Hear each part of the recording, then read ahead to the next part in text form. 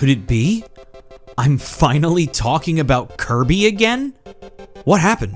Did something new come out? A new game? A new show? Oh boy, I can't wait to get back into the Kirby game! Yeah, I didn't make it very subtle in my last Kirby videos that I'm not the biggest fan of Kirby Manga Mania. At best, it's a nice, fun manga with funny gags, and at worst, it's a boring, dumb, unfunny slog. Well, recently, and by recently I mean July of 2024, Volume 7 of Kirby Manga Mania released, and you guys have not been quiet in wanting me to go through it. So, let's not waste any time and make our way through this book. Will Kirby Manga Mania Volume 7 turn me around on this manga, or will it deliver the same middle-of-the-road funnies? Let's find out. But before we do, don't forget that in the description below we have our merch store where you can buy our shirts, mugs, and stickers to have a little bit of me on your body. Isn't that neat? If you like our videos, become a channel member to not only become one of the most well-esteemed guests of them all, but to always get all of our videos way before everybody else. Anyway, to the review. Chapter 1. Who's the biggest rainbringer of all time? The chapter starts with King Dedede crying in the rain. Poppy and the others go outside to see what is wrong, and King Dedede starts profusely apologizing. King Dedede believes that he is a rainbringer and caused the Banana Peel Slip Fair to get cancelled. Everyone immediately thinks this sounds ridiculous, but King Dedede is convinced since he's been at 5 rained out events in a row. As the others start to comfort him and bring him back to the castle, they come across Kirby, who is also crying in the rain. As it turns out, Kirby believes that he is a rainbringer as well, having rained out 6 events in a row. Everybody starts to comfort Kirby, completely forgetting about King Dedede. Of course, knowing that Kirby rained out more events than him, this ignites the competitive spirit in King Dedede. Kirby and King Dedede are now arguing over who is the Rainbringer of Dreamland, treating it like a title instead of a curse now.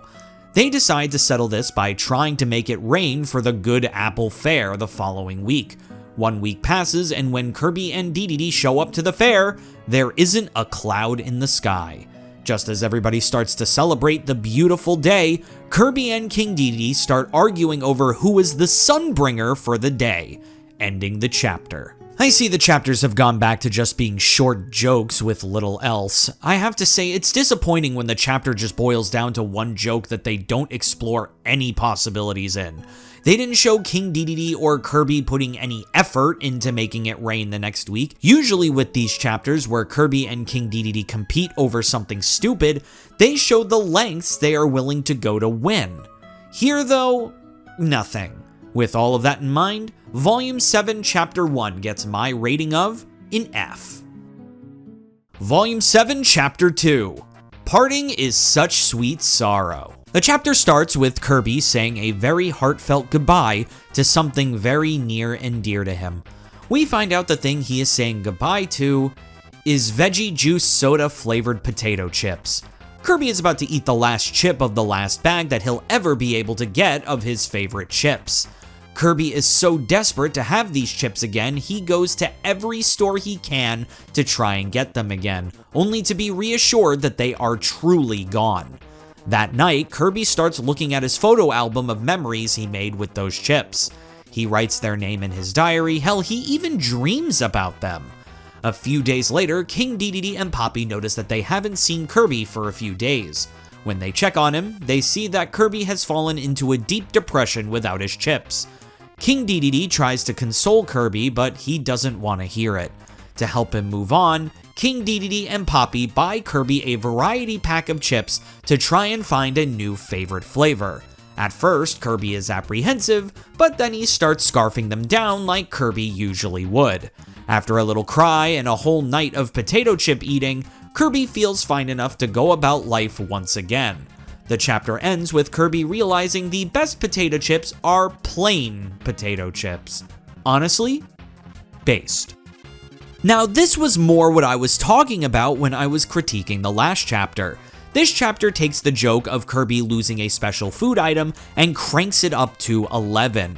Treating the discontinuation of a food item like a bad breakup is not only funny, but kinda relatable. Anybody remember Vault Soda? I'll always miss you. It actually made me laugh out loud when Kirby pulled out the photo album. That's what I mean by taking the joke to more places than just the concept.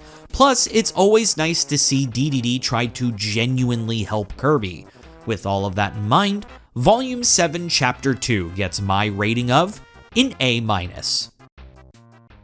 Volume 7 Chapter 3, The Ultimate Summer Vacation. The chapter begins with all of the denizens of Dreamland enjoying the beginning of their summer vacation. They notice Kirby being super quiet and they ask him what his plans are for summer vacation. Kirby starts gloating how childish and boring their run-of-the-mill plans are and boasts that this summer vacation, Kirby is going to do a whole lot of nothing. King Dedede sees this as a waste of his summer vacation, but Kirby tries to play the "I'm so mature, you'll understand in 10 years" card. Kirby goes home and commences his nothing. Kirby brings out a special pillow he bought and jumps on it so that he can relax. Unfortunately, the pillow pops, creating a big mess that Kirby must clean up. Kirby cleans up the mess but notices how late it's gotten and decides to be lazy tomorrow. You can probably see where this is going. Kirby lays on a regular pillow but realizes it would be more relaxing to lay on a tatami mat, so he goes and gets tatami mats. The next day, he tries to turn on his fan to keep cool and realizes that it isn't working. He takes the entire fan apart to see what's broken, only to realize that he just didn't plug it in. The next day, he realizes that the sun shines directly into his window, so Kirby decides to plant a tree to block the sun. By planting a tree, I mean uproot and reroot wispy woods next to his house. Kirby then figures that if he's planting a tree, he may as well plant a whole garden and build a deck as well. Once Kirby finally finishes his giant project, he's finally ready to do nothing for summer vacation. Once he relaxes, King Dedede drops by and reveals to Kirby that summer vacation ended the previous day. Kirby wasted his entire summer vacation preparing to do nothing. I relate to this chapter really hard. It feels like whenever I try to get some rest and relaxation, something comes up that makes me busy doing something else, stopping me from truly resting. This is literally just ADHD, the experience. Let me do this thing, then I'll do this thing, and if I'm doing this thing, I might as well do these 5 other things. That's how I ended up with multiple YouTube channels. Did I think this chapter was super funny? A little bit. Kirby literally moving Wispy Woods was pretty funny, but the rest of the chapter was more relatable than funny. With all of that in mind, Volume 7 Chapter 3 gets my rating of a B+. Volume 7 Chapter 4, A Passion for Fashion. The chapter begins with Kirby noticing something different about King Dedede. Upon closer inspection, Kirby finds that King Dedede is trying to look fashionable, wearing all kinds of shiny stuff. He's wearing jewelry, he's wearing a watch, his eyes are blue, he even smells nice. Truly the upper echelon of fashion right here. Kirby meets up with everyone else who also notices the king's new interest. Poppy reveals that King Dedede started buying fashion magazines and obtained a true passion for fashion. The others discuss that someone has got to tell him the awful truth. King Dedede's fashion choices aren't fashionable at all. They're the worst thing you can be in the fashion world. Tacky. Everybody starts trying to pass the responsibility of telling onto someone else, but Kirby, being the hero he is, decides to shoulder the responsibility. Can't be that hard, right? Well, once Kirby sees how happy dressing like he's been makes the king, Kirby realizes just how difficult it is to tell him he looks bad. Kirby decides to try some more indirect approaches to tell the king. He tries texting, smoke signals, crossword puzzles, even telepathy. Kirby and the others just conclude that maybe they shouldn't say anything at all. King Dedede seems happy with his new self and he, looks a bit too far gone. Enter Adeline. They immediately get worried that Adeline is going to tell King Dedede just how tacky and weird he looks. In a weird twist of fate, Adeline ends up loving King Dedede's new fashion choices, and they walk off talking about getting Adeline into the same type of fashion, shocking everyone. Definitely another chapter where the concept is funny enough, but they don't really do a lot with the premise. Honestly, going through this volume so far, it really feels like we're just speedrunning through chapters. I mean, we're already finished with chapter 4. I remember when some of these chapters would go on for a bit. Either way, there are certain funny parts during when Kirby is trying to tell DDD of his tackiness. I particularly liked when Kirby was about to text DDD and then realizes he can't, so he just throws his phone in the lake. I think it's pretty wholesome that the reason they can't tell King DDD that he looks bad is because they just genuinely don't want to hurt his feelings. I feel like a lot of the other chapters in the previous volumes were relentlessly mean to the king, so it's nice to see the others be considerate of his feelings. I also like the use of Adeline's character to create tension in this chapter. It was actually pretty clever. With all of that in mind, Volume 7, Chapter 4 gets my rating of an A-. Volume 7, Chapter 5, The Only Way to Have Quiet in the Library. Kirby and the others find themselves in a library in order to explore the amazing world of books. Kirby picks out a book to read, and by picks out a book to read, I mean he picks out a book for King DDD to read for him. This causes a ruckus that forces the librarian, Moso, remember him from Kirby's Mass Attack, to tell them that you need to be quiet in the library. This is when Kirby learns of the rule of being quiet. He notices that everyone in the library is glaring at him.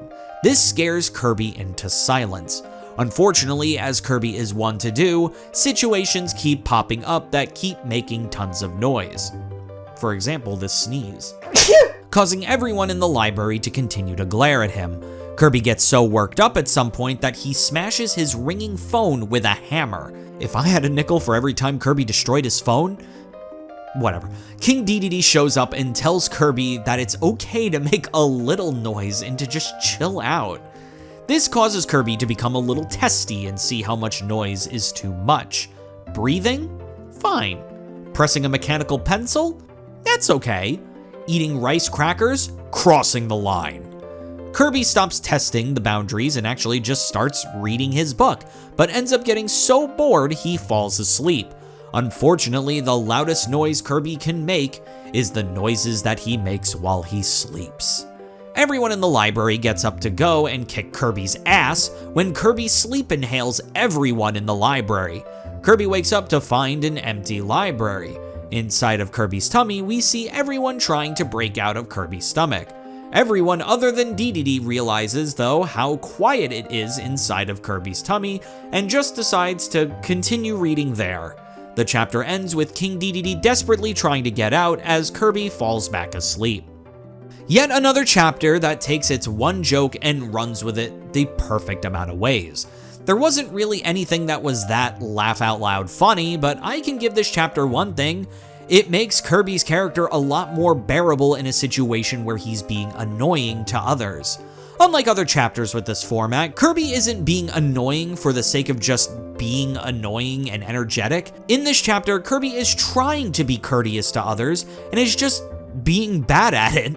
Having Kirby's intentions be clear like this definitely helps the enjoyment of the comedy. It is much easier to like a socially awkward character than a super annoying character. I did think it was kind of funny that the townspeople were just vibing in Kirby's stomach at the end. With all of that in mind, Volume 7, Chapter 5 gets my rating of a B+. Volume 7, Chapter 6, I Can Stay Up Late. The chapter begins with Kirby looking very tired. Poppy urges Kirby to just go to sleep and not to strain himself, but Kirby is determined to stay up all night to see the new year so that he can finally be an adult. Then he falls asleep at the turn of a page. DDD even points it out. Kirby wakes back up, still determined to be awake. Chef Kawasaki walks in and brings everybody some New Year's noodles, which makes Kirby feel like he's one step closer to becoming an adult. After he finishes eating, Kirby lies down for a bit. I know from experience, Kirby, that is the perfect way to trick yourself into thinking you won't sleep and then BAM! It's hours later.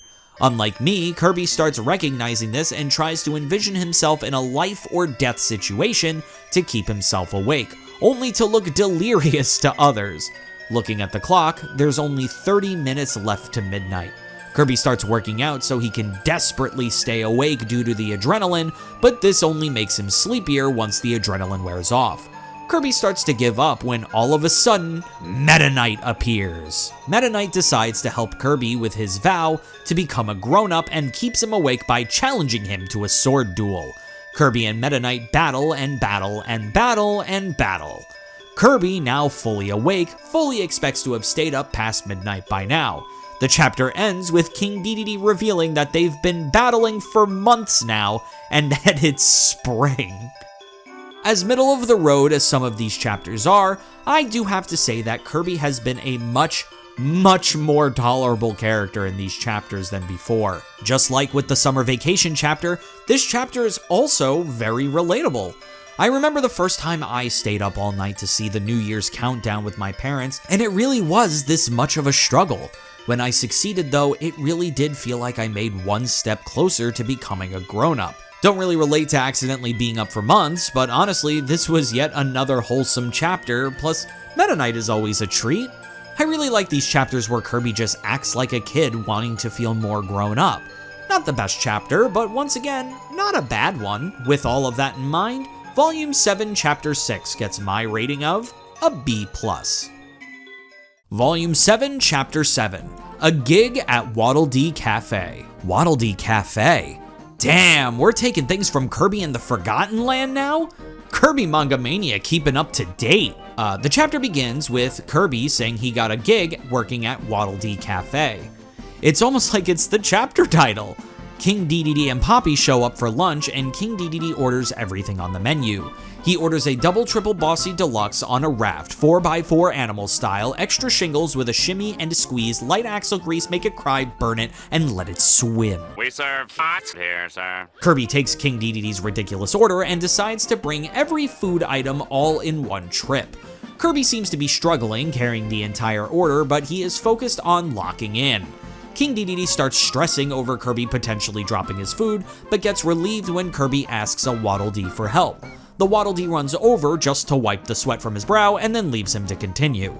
Kirby continues his trip towards the table, but gets super thirsty and asks a Waddle Dee for a drink. He continues on. Unfortunately, Kirby's feet start to cramp since he's not used to working and being on his feet all day. He sits down as two Waddle Dees give him an emergency foot massage. When Kirby gets back up, he loses his balance and tries his best to make sure he doesn't drop anything, causing him to hop even further away than when we started. All of the Waddle Dees got worried about Kirby and checked up on him, and finally, after all of this time, they pick him up and rush towards the table, all while Kirby keeps his balance. When they finally arrive to their destination, they decide they should celebrate a job well done by having a feast, entirely composed of the food Kirby was holding this whole time. The chapter ends with King Dedede and Poppy watching as Kirby and the Waddle Dees devour their food. Once again, another decent Kirby chapter. The first time a Waddle Dee showed up to help Kirby only to pat the sweat off his brow genuinely made me laugh out loud. As for the conclusion, I feel like it could have been better. The ending of Kirby giving the food to all of the Waddle Dees to celebrate a job well done doesn't really complete the joke for me. I feel like it would have been better if they did that after realizing that King Dedede and Poppy left hours ago. That would make Kirby seem like less of a dick than he comes off here. Like I keep saying throughout this video, there's having a stupid character and having an oblivious character. Stupid characters can be funny, oblivious characters are often annoying. With all of that in mind, Volume 7, Chapter 7 gets my rating of a B. Volume 7, Chapter 8, April Fool's Day Face-Off, Kirby vs. King Dedede. The chapter starts with King Dedede and Poppy looking particularly stuffed. They run into Kirby and the others, and King Dedede tells them that the hamburger shop is doing a free all-you-can-eat special.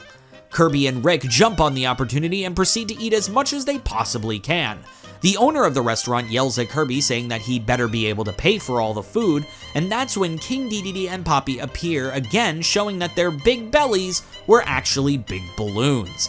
It's April Fool's Day, and Kirby just got pranked. In fact, Kirby and Rick got pranked so hard that for some reason, Ku and Kine were roped into working off their bill. When they're finally done, Dedede is still gloating about his prank. King Dedede challenges them to try and prank him back as revenge. Kirby tries to scam DDD out of 10,000 smackaroos, Rick tries to sell King DDD a fake product, and Ku tries to convince King DDD that he was a girl all along. I'm not super sure when this chapter came out, but this may be a reference to Kirby Right Back At Ya? For some reason, in the Japanese dub of Kirby Right Back At Ya exclusively, Ku is said to be a girl, where every other piece of Kirby media, including the English dub of Kirby Right Back At Ya, shows Ku to be male. That is why in the previous iterations of the Kirby Manga Mania chapters, I referred to Ku as a she, when in fact Ku is a he. None of these pranks work, and as they try to talk it over, King DDD seems to notice that Kirby has all of a sudden grown a hair on his head. As you probably thought, DDD has effortlessly pranked Kirby again. Kirby gets fed up and vows never to get fooled again, only to immediately get fooled again. Except Kirby actually ended up liking this prank. This is when King DDD sets the goal to prank Kirby 10 more times by the end of the day. King DDD decides to fake drowning, causing Kirby to come to the rescue. DDD reveals that he was sitting on a turtle the whole time, but Kirby is in hero mode and accidentally knocks him into the lake, now having to actually save him from drowning. King DDD starts planning his next prank to fake an alarm for fire. DDD, bro, my guy, bestie, that's illegal. At least it would be if Kine didn't actually set DDD on fire. With no water around, Kirby and Ku beat the fire with their stone ability to put it out. King DDD decides to pull off his ultimate prank, disguising himself as Kirby's long-lost brother. Kirby immediately believes in his new long-lost brother Bobby and decides to go play with him. Of course, Kirby's version of playing is doing horrible karaoke and seeing who can inhale the most people. The townspeople are pretty pissed that Kirby and Bobby have inhaled them for fun and goes into attack. Kirby hides behind his new big brother, who immediately gets beaten the shit out of. Kirby gets upset that they beat up his brother and zaps them all with his UFO ability. After all of this, King DDD decides to reveal that it was all a farce and that he's actually the king. When he leaves the suit, his face is so big and swollen that he is unrecognizable, and Kirby is just furious and wondering what this guy did with his brother. Well, that was stuff. For one thing, you can definitely tell this isn't one of the newer chapters made for Kirby Manga Mania.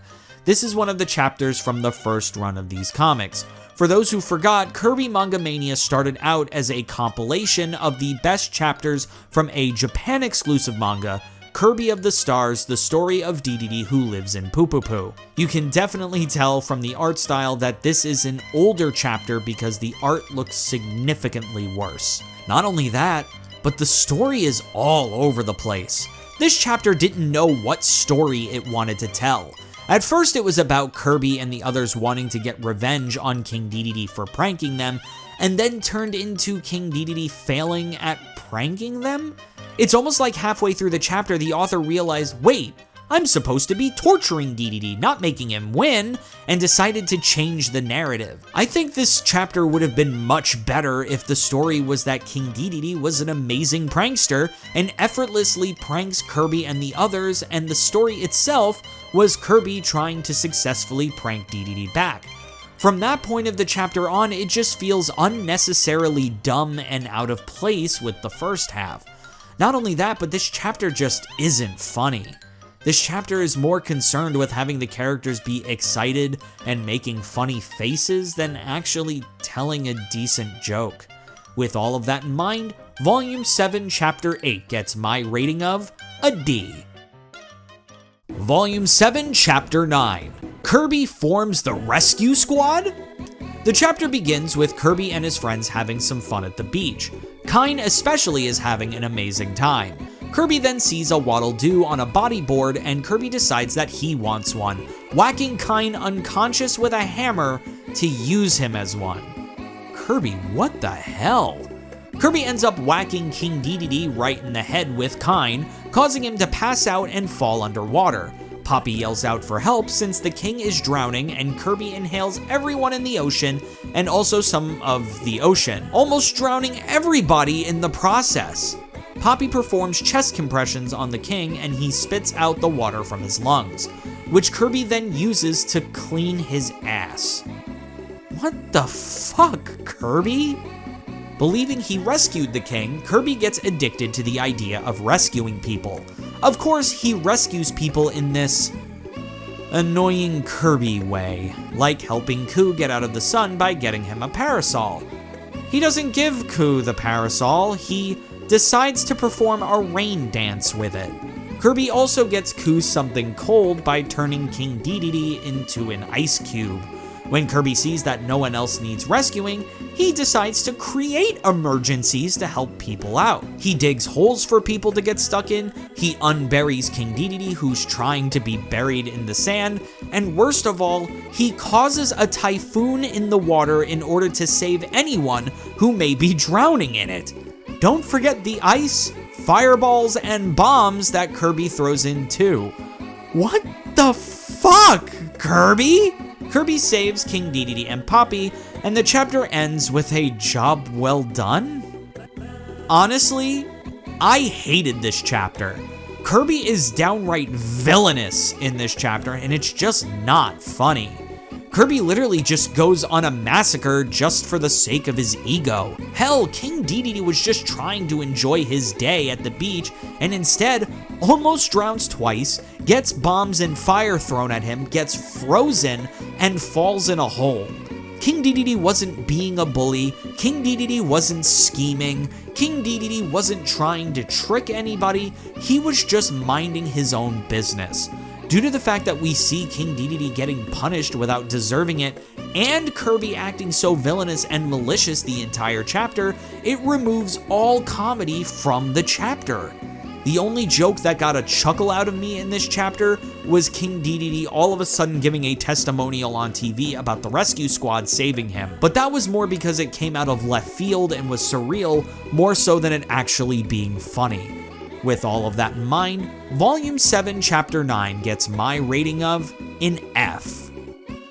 Volume 7, Chapter 10, Kirby in Love with King Dedede? The chapter begins with King Dedede being disappointed that it was a huge bust. Why was it a huge bust? Because King Dedede didn't get to revel in some huge busts. Bro was straight horny, just wildin' for some human lady tatas. Harem percent speedrun of Dedede's Drum Dash Deluxe over here. As the king is lamenting over his lack of women, he sees from behind a beautiful looking girl with blonde hair.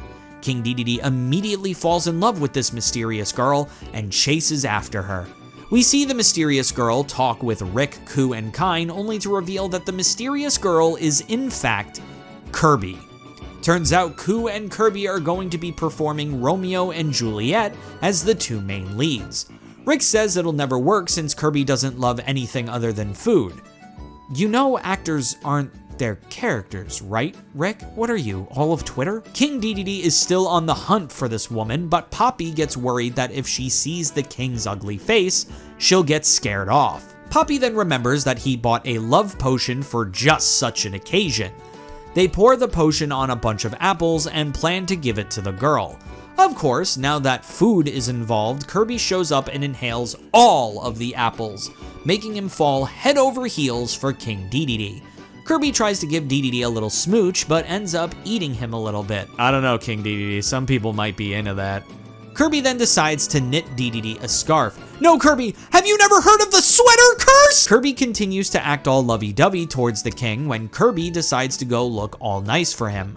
All of a sudden, the mysterious girl King Dedede was after from the beginning reappears. King Dedede proclaims his love only for him to find out what we all knew, that the mysterious girl was Kirby the whole time. From then on, they lived happily ever until the potion wears off. This chapter is a much bigger improvement over the last. It is kind of funny that King Dedede is out here wanting some bitches. The only thing that I feel kind of hurts the chapter story is revealing to the audience that the mysterious girl was Kirby.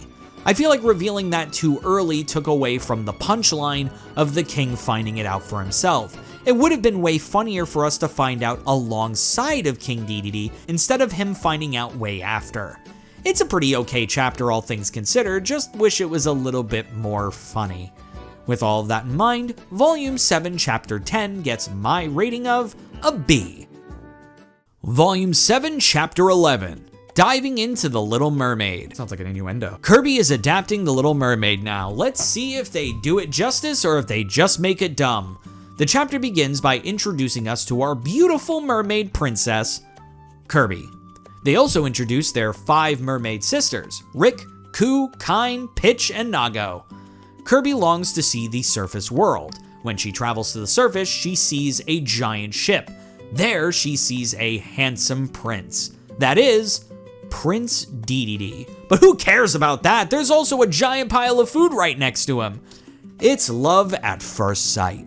Kirby inhales all of the food, causing the ship to capsize. As Kirby is collecting the food that fell underwater, they see that Prince Dedede is drowning, and Kirby decides to save him. Kirby starts using copy abilities on him to try and get him to wake up, and as he is coming to, Choo Choo shows up to get Kirby away from him. Princess Choo Choo takes all of the credit for saving the prince as Kirby goes back home, thinking of Prince Dedede constantly.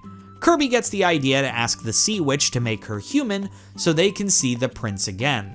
By Sea Witch, we mean Sea Broomhatter. You probably know where this is going. Broomhatter agrees to do it in exchange for Kirby's voice. Kirby sings, and Broomhatter decides to just do it for free. Kirby drinks the potion and grows legs, though they overdid it at first. As soon as Kirby goes up on land, the prince finds them and asks if they're alright.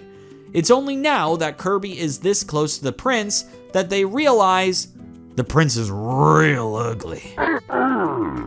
Kirby gets so shocked by this, they can't speak. The prince brings them back to the castle to get them back to health. As you'd expect from Kirby, they immediately become a nuisance. One day, Kirby hears that the prince is to marry a princess from a neighboring kingdom. Kirby gets worried because if the prince marries someone else, then Kirby will turn into sea foam and die. Kirby asks their sisters for advice, and Ku suggests to kill the prince. A bit unhinged there, Ku, damn. Kirby gets a little bit too excited as they seem to have the time of their life trying to kill the prince. Prince Dedede begs for his life and says he'll do anything. Kirby proposes and they are ready to get married. Princess Choo Choo objects to their marriage and they start fighting over the prince. After they realize that they'd have to kiss the prince in order to be his bride, they start handing the victory over to the other. Princess Choo Choo even runs away. Kirby fails to marry the prince, and by dawn, Kirby accepts their inevitable death. Just as their sisters begin to mourn, Kirby just kinda comes up all sudsy. Kirby changed their mind about dying and just decided not to. Kirby decides to show their sisters the surface world so they get more leg potions from the Broomhatter and gives everyone legs. Even Kine. Fucking work it, bitch. The chapter ends with Kirby and their sisters showing up to the prince's castle and eating all of the food in the castle. Also, Dedede turns into a fish, I guess? Interesting of them to base this chapter off of the Grimm fairy tale and not the Disney version. I honestly didn't expect that. This is definitely a chapter that gains more momentum as it goes on. In the beginning, it's just a bunch of Kirby being a nuisance and hurting everyone around him, friend or foe, the usual nonsense we're subjected to. As we go through the fairy tale though, some of the jokes were actually pretty funny, even in the immature way this manga usually tells its jokes. For example, the Little Mermaid being mute, not because of a curse from a sea witch, but because the prince being so ugly it shocked her into silence, is hilarious. I also thought Kirby getting stoked to kill Prince Dedede was pretty funny, and I especially thought it was funny when Kirby and Choo Choo backtrack their marriage when they realize they have to kiss Dedede. Hell, I thought it was funny when Kirby reserved himself to become sea foam and then just decided not to die. I know it's simple, I know it's not a super funny joke, but I don't know, it tickled me. When it comes to Kirby Manga Mania making Kirby versions of already existing stories, this is one of the better ones.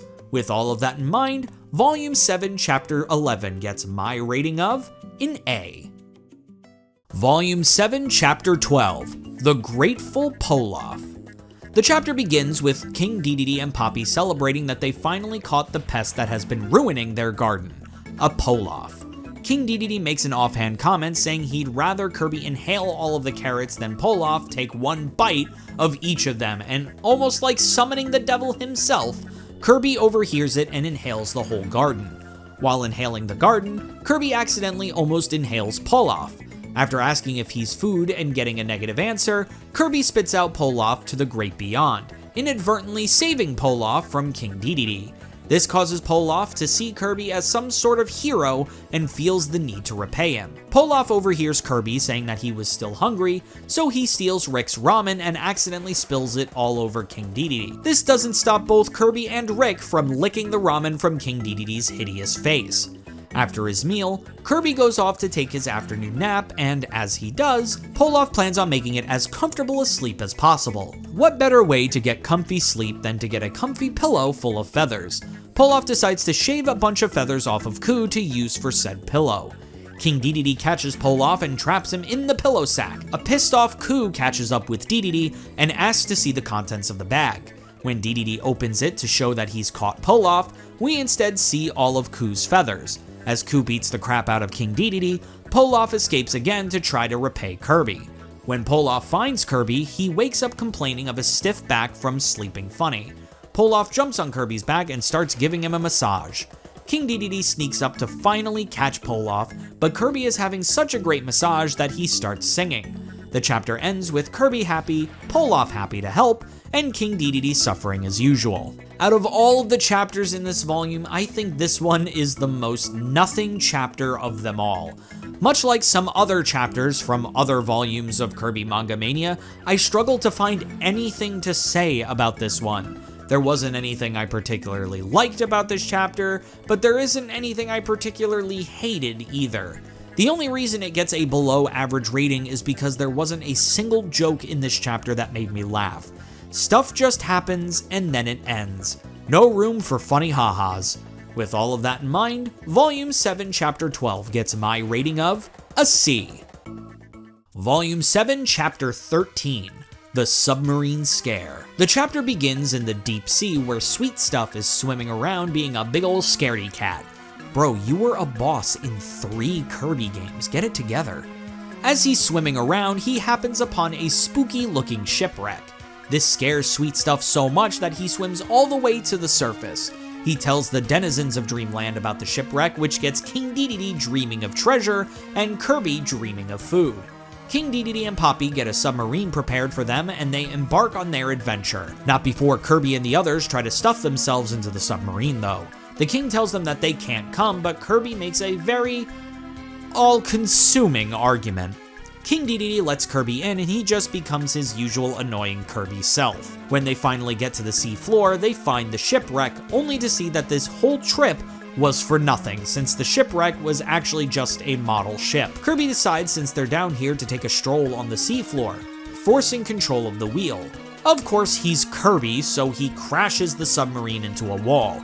In crashing the submarine, the steering wheel pops off, stranding King Dedede, Kirby, and Poppy at the bottom of the ocean. To make matters worse, Poppy discovers that the oxygen tank was busted when Kirby crashed the sub, giving the 3 of them only an hour's worth of oxygen left. Of course, this goes into a montage of Kirby doing things to either waste oxygen or goad Dedede into wasting more oxygen. To make matters even worse, the water pressure starts caving in the submarine, springing many leaks. Being stuck in the dark, cold, and running out of air, Dedede, Kirby, and Poppy slip into the void of their watery grave. Nah, there's still hope. Kirby finds a microphone inside of the sub and uses his loud, horrible voice to call for an SOS. The SOS call is so powerful, everyone on the surface hears it. Gooey then uses his tongue to grab the submarine and pull everyone to safety, saving everyone. The chapter ends with everyone safe and living to tell the tale. The only sacrifice is that they have to let Kirby continue singing. What a terrifying situation for these little goobers to be in. There is something that this chapter made me realize about Kirby Manga Mania as a whole that I honestly think may be my core problem with this entire series. Now, I know that this manga is funny, goofy, haha at heart. My problem with the way this is handled is that Kirby is never the hero. 99% of the time, Kirby is the one who causes the problems for everyone else rather than being the hero that he's supposed to be. There is a huge disconnect between this Kirby and this Kirby. There is a huge disconnect between this DDD and this DDD. I know I was pretty critical about Kirby Right Back At Ya and how that show handled Kirby, but I can at least believe that the Kirby in that show is the same Kirby as Kirby in the games. Now, you may be wondering why I'm going on this rant at this particular point. The reason being, I have nothing else to say about this chapter. It was entirely pointless, and even though the situation Kirby, DDD, and Poppy were in were terrifying, the stakes didn't feel high because of the lighthearted tone. This would have been the perfect moment for Kirby to save the day, but he just kinda stumbles upon the answer, and Gooey saves everyone. With all of that in mind, Volume 7, Chapter 13 gets my rating of a D. Volume 7, Chapter 14. Defend King Dedede. The chapter begins with King Dedede running away from somebody, not believing the situation he's in. That's when we see that the person who is chasing after him are his closest subjects: Poppy, Waddle Doo, Bandana D, and Chili. King Dedede does his best to try and escape, but the absolute worst person who could have found him did: Meta Knight. Just as King Dedede struggles to get away from Meta Knight, a tornado shows up to save the king. The tornado blows away Meta Knight and asks the king if he's okay. The tornado, as you've probably already predicted, is Tornado Kirby. King Dedede asks Kirby where the others are, and he confirms that they've all been caught. They are the only ones left. Kirby and King Dedede hide in a cave while Kirby goes out to get the others. King Dedede goes to join Kirby, but Kirby pleads with the king to stay back. They can't lose their king. As the melodrama commences, Kirby and King Dedede get surrounded by the enemy. A turn of the page reveals that this was actually a big game of cops and robbers. The chapter ends with Kirby and the others starting a new game, and the narrator explaining how hard they go when they play. I bet you're expecting me to say this was a nothing chapter, huh? Well, it's not. And here's why. This right here is the answer to what I was begging for in the rant I went on in the last chapter. Seeing Kirby, King Dedede, and the others just playing a game together is a very wholesome concept that the dramatics of them being into it really sells. Also, look right here. Kirby saves Dedede. This is Kirby being a hero. Finally, a moment in this manga that makes me believe that this Kirby and Game Kirby are the same Kirby. I love seeing this type of wholesome content in this manga. This manga series can really tug at the right emotions that we come to Kirby for when it's not too busy trying to be a goofy gag manga, trying to make a joke in every panel. This is just the perfect example of a simple yet effective chapter. With all of that in mind, Volume 7, Chapter 14 gets my rating of an A+. If there is one thing reading 7 volumes of Kirby Manga Mania has shown me, is that I really like when this manga doesn't try so hard to lean into the comedy. When it leans more into wholesome, even relatable comedy that naturally comes from Kirby's world, that is when this manga is at its best. In these chapters where Kirby is just relentlessly annoying to everyone around him, this doesn't feel like a Kirby manga. It feels like a manga that borrows character designs from Kirby. I hate to be so negative towards this series since this is the only manga based on Kirby that we have over in the States. I don't know, with how good Kirby games are, and even just how decent of a show Kirby Right Back At Ya is, I just think Kirby Manga Mania could be so much more. There's so much potential with Kirby, and I'd like to see it fleshed out.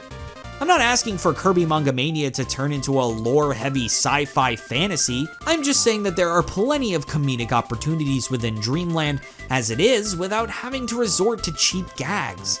I think Kirby Right Back At Ya proves that.